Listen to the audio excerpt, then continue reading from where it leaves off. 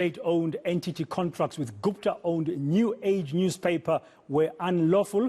That's just one of the findings in the state capture inquiry report. It reveals state capture flourished at state-owned enterprises and government departments with senior officials breaking the law. It also reveals former SARS Commissioner Tom Moyane and former President Jacob Gedleyihlekisa Zuma played crucial roles in capturing the revenue service. eNCA senior reporter Aviwe Mtila is exploring these angles and is joining us now. Aviwe, good afternoon. Among other things, the report, I understand, mentions TNA media, the New Age media, as an example of how state capture operated. What are the details about this? Certainly, Bradan, the Gupta-owned media company, we found out there that there was unjustified public spending between state-owned enterprises such as Eskom, South African Airways, as well as Transnet, as well as TNA, the company owned by the Guptas. You do understand that they own the New Age newspaper, as well as that breakfast show, the New Age breakfast show that happened between 2011 and 2017. We do understand that monies from these state-owned entities were channeled to advertisements in the TNA media, as well as just supporting that breakfast show. Not only that, money from the GCI was also channeled there. Some of that 600 million rand annual budget was channeled to TNA media, and people that opposed that, such as Themba Maseko, were dealt with quite speedily, fired within 2 months when he opposed a meeting that was supposed to happen with the Guptas in December 2010, fired the following month at the end of January, replaced by Mzwane Lemanyi, who we do understand has been cited there as one of the facilitators. The rot did not only end up by the TNA, it also went on to SARS, where we do understand that it was weakened both by private sector as well, colliding basically with executives from SARS. And also the former president mentioned there is one of those that deliberately weakened South African Revenue Services. Tom Moyane's appointment also raised eyebrows because former President Jacob Zuma mentioned his appointment way before it actually happened. And companies such as Bain & Co. have been cited there. Also, irregular appointments of them, as the former president and the commissioner of SARS, Tom Moyane, at the time met with Bain & Co. before there was any tender or contract in place. It talks to the rot, really, that we've heard over the last 4 years from when this commission was announced on the 9th of January. And, of course, I've been speaking to a number of people, Bradan, on the ground, just to get a sentiment on the ordinary man on the street, to find out if they think there will be any arrests initiated, if government will have essentially any teeth. And this is what they told me. They won't arrest them. It's just, I don't know if I can say they are just wasting our tax money. I don't know. But no, they won't arrest them. It's just wasting our time for nothing. Normally it just dies and nobody says anything afterwards. So we really do hope that something will happen to the people who's responsible for it. Come on, this is the South African government, and how we live in this world is full of corruption. So why would there be accountability and responsibility taken when there's no one, when there is problems? Do you know what I mean? There's no one to look at, there's no one to point at.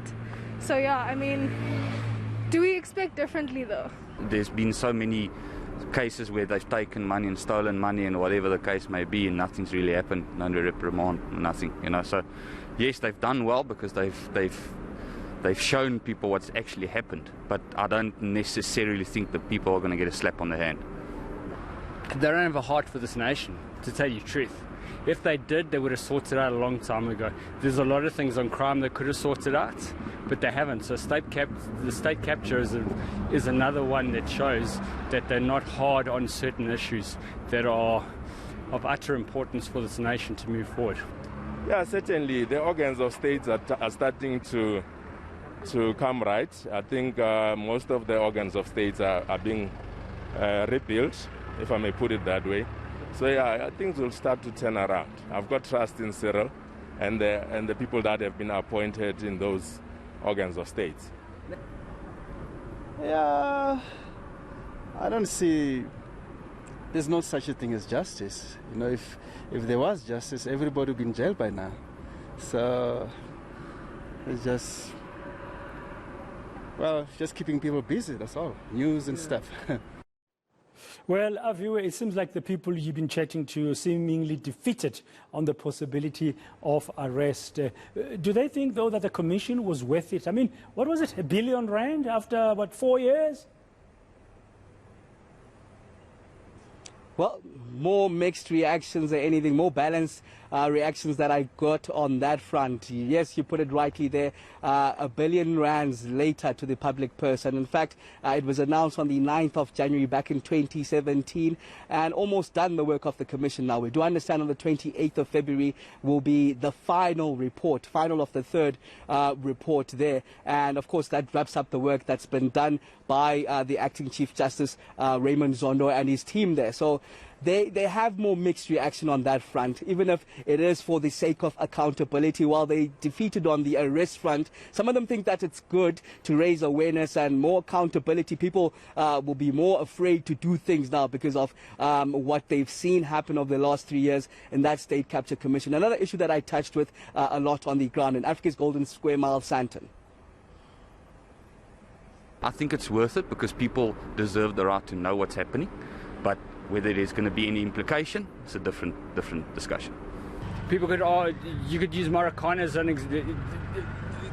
as another example. Same thing, years, money, effort, people. What happened? Nothing.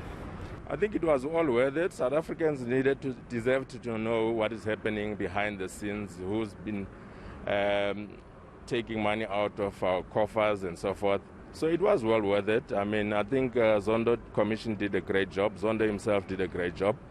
Although there was a lot of things they wanted to tarnish his name and so forth, but I think he stood his ground and did very well. Well, if someone actually looks at it and gives attention to it, yes. But for now, no. I mean, I think we just, at this point in time, we're just overexpanded in South Africa. We've got too many things going on, too many loopholes, too many things that's not being closed down and looked after. I think it was worth it. And I think more than anything else as a deterrent. You know, I think a lot of people now are more, you know, aware of what happened and are more concerned about the possible repercussions, you know, something might happen to them. So I think from that point of view, you know, I think it was a good, it's something that we have to go through. The actions will prove whether it's been worth it or not. If they take action, then it would be worth it. Okay, some of the reactions from citizens in parts of Johannesburg there being given to our senior reporter, Aviwe Mtila. Thank you very much for that update. Now, the